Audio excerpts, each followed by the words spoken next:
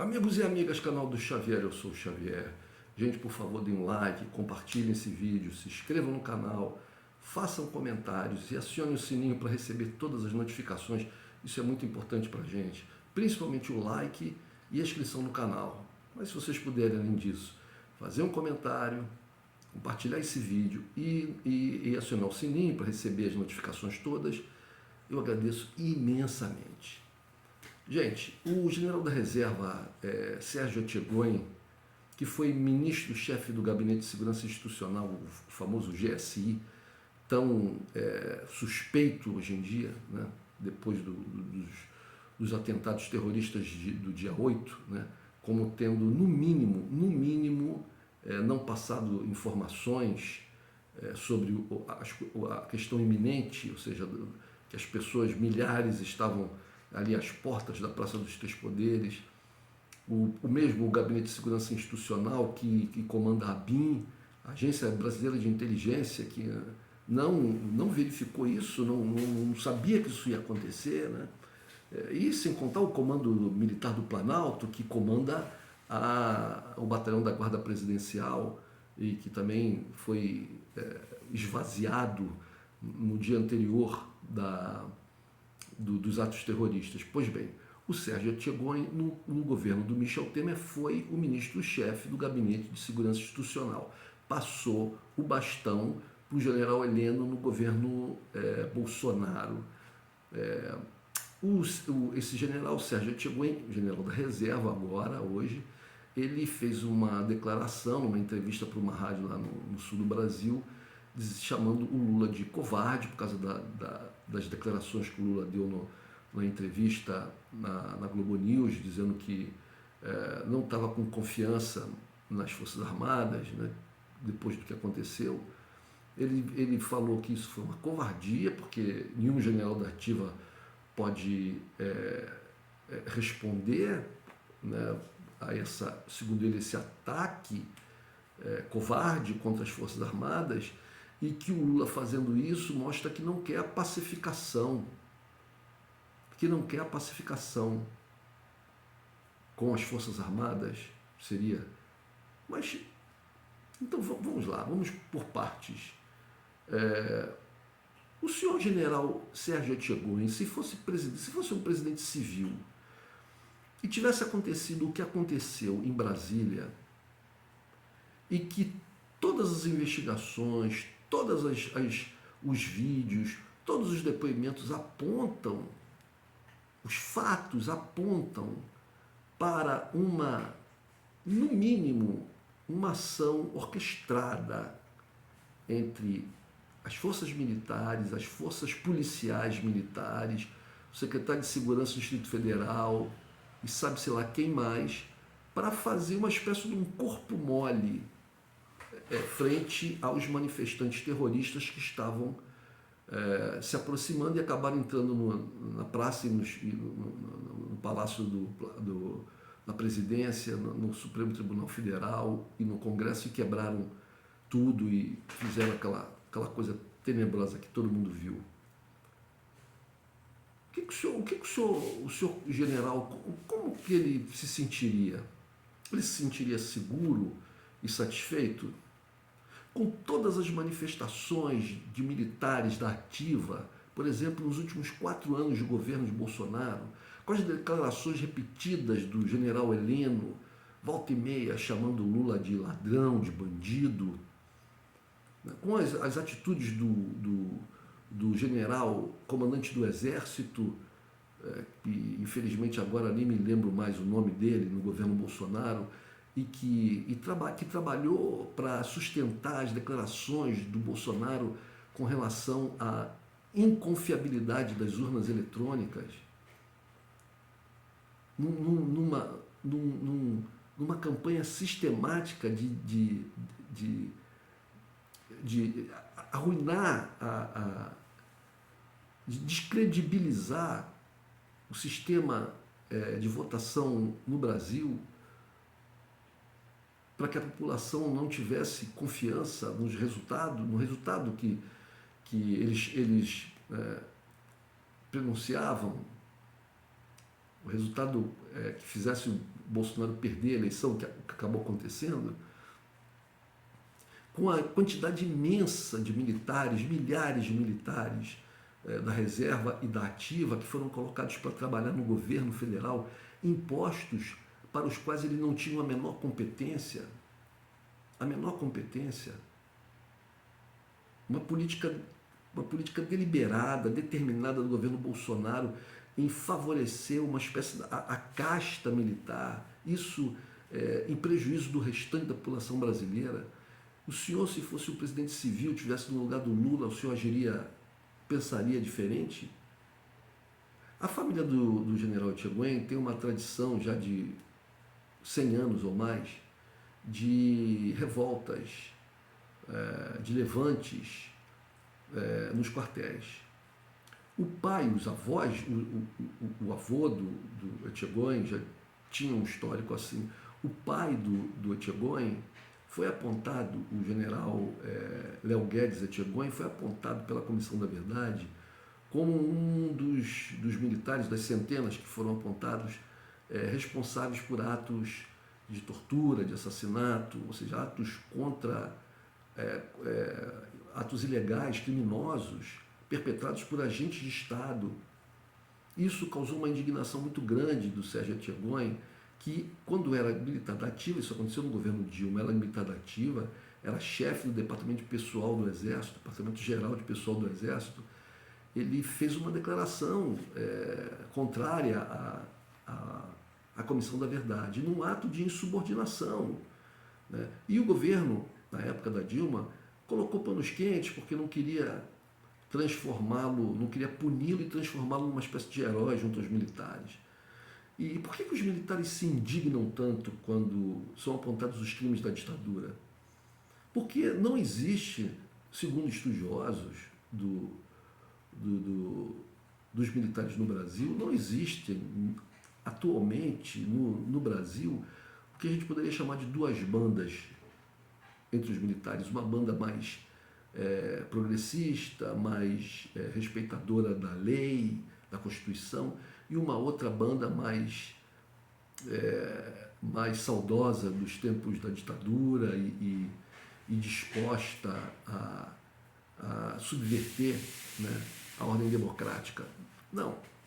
Segundo esses estudiosos, os militares, em quase sua totalidade no Brasil, têm esse pensamento saudosista da ditadura e comunga com a filosofia da ditadura, uma filosofia anticomunista, gente.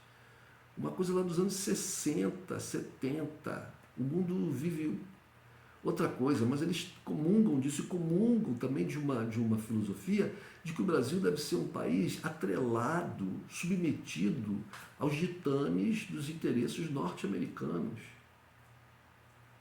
Então, qualquer governo brasileiro que demonstre algum tipo de tentativa de independência em relação aos americanos é mal visto pelos militares.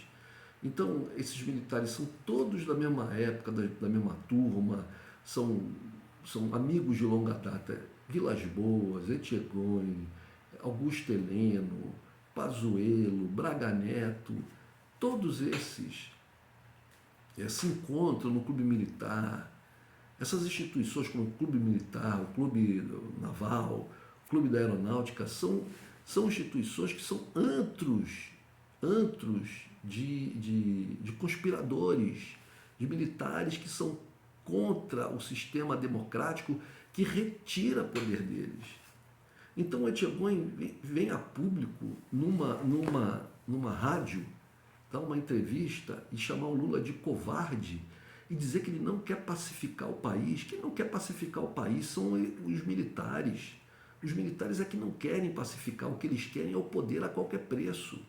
Eles não ganharam nas urnas, então se preparam para dar um golpe, tentam um golpe, só não vão aos extremos porque não tem apoio internacional. Então esse plano, isso é muito claro, gente. Sabe, eu não sou do governo, então eu posso falar livremente. Está muito claro. O plano deles era o seguinte: vamos botar esses malucos, imbecis, essa gente mentecapta, essa gente de baixíssimo entendimento das coisas, né? Gente alucinada que vive à base de Rivotril, vamos botar, e outros, e marginais, e moradores de rua, coitados, perdidos, né, que estavam nos acampamentos, e outros que vieram nas caravanas que eles bancaram,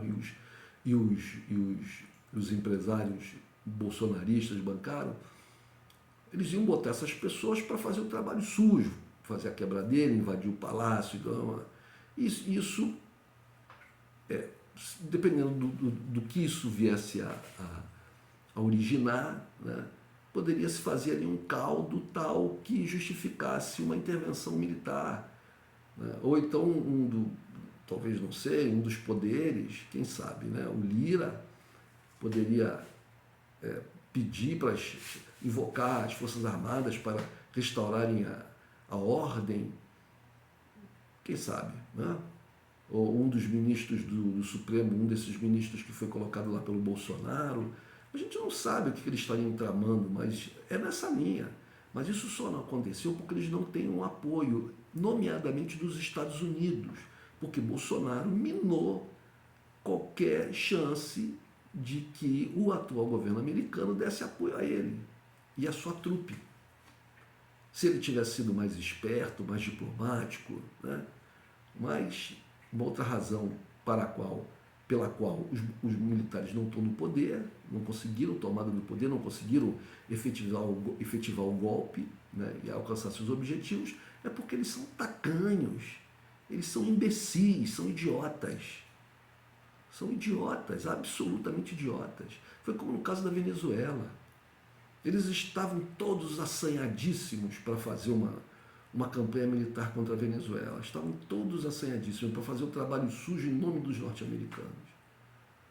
Acontece que os russos mandaram lá para a Venezuela algumas baterias antiaéreas e outros armamentos, o que tornava inviável para que qualquer força brasileira, né, seja por terra, por mar ou por ar, mas a invasão se daria. O plano deles era o seguinte: vamos bombardear, vamos atacá-los com nossos aviões, né, primeiro.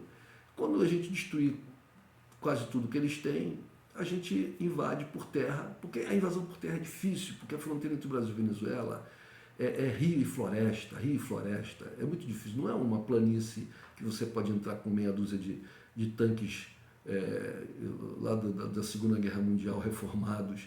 Não, é uma coisa difícil, né? Você teria que ter muitos homens e ia se transformar numa guerrilha, né? Mas se eles atacam as forças com aviação, mesmo a nossa aviação sendo fraca, mas seria, essa era a visão deles, ela seria maior do que a capacidade dos venezuelanos responderem. Acontece que os russos mandaram para lá umas baterias antiaéreas e tal. Isso tirou a capacidade mínima do Brasil. Até os próprios americanos já pensam duas vezes antes de tentar encarar uma bateria antiaérea russa. Porque derruba as aeronaves, que são armas, derruba os aviões, que são armas caríssimas, e levam junto os seus pilotos, que são profissionais muito treinados, muito qualificados, que custam muito dinheiro também. Bom, então é isso. Os generais brasileiros são isso, um bando de idiotas e covardes. Covarde é esse general Etchegoni.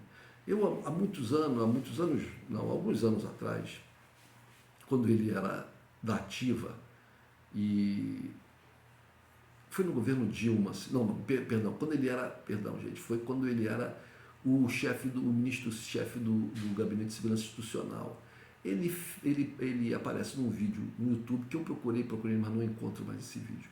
Ele dando uma palestra numa comunidade judaica, algum tipo de espaço judaico lá do sul.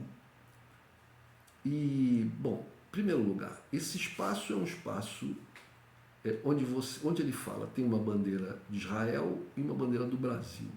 Ora, uma autoridade do governo brasileiro, uma alta autoridade do governo brasileiro, não deveria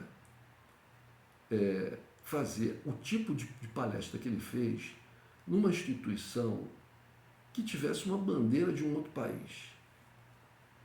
Não deveria. Segundo, o presidente da instituição falava com um sotaque muito carregado, o que mostrava que nem sequer brasileiro natural era. Então, é uma instituição que trabalha, ou desenvolve, ou luta, ou defende, ou apoia, ou incentiva os valores judaicos. Até aí tudo bem, o povo brasileiro é composto de várias etnias, tem gente aqui em todo lugar do mundo, e os judeus são muito bem-vindos, como não deve ser diferente.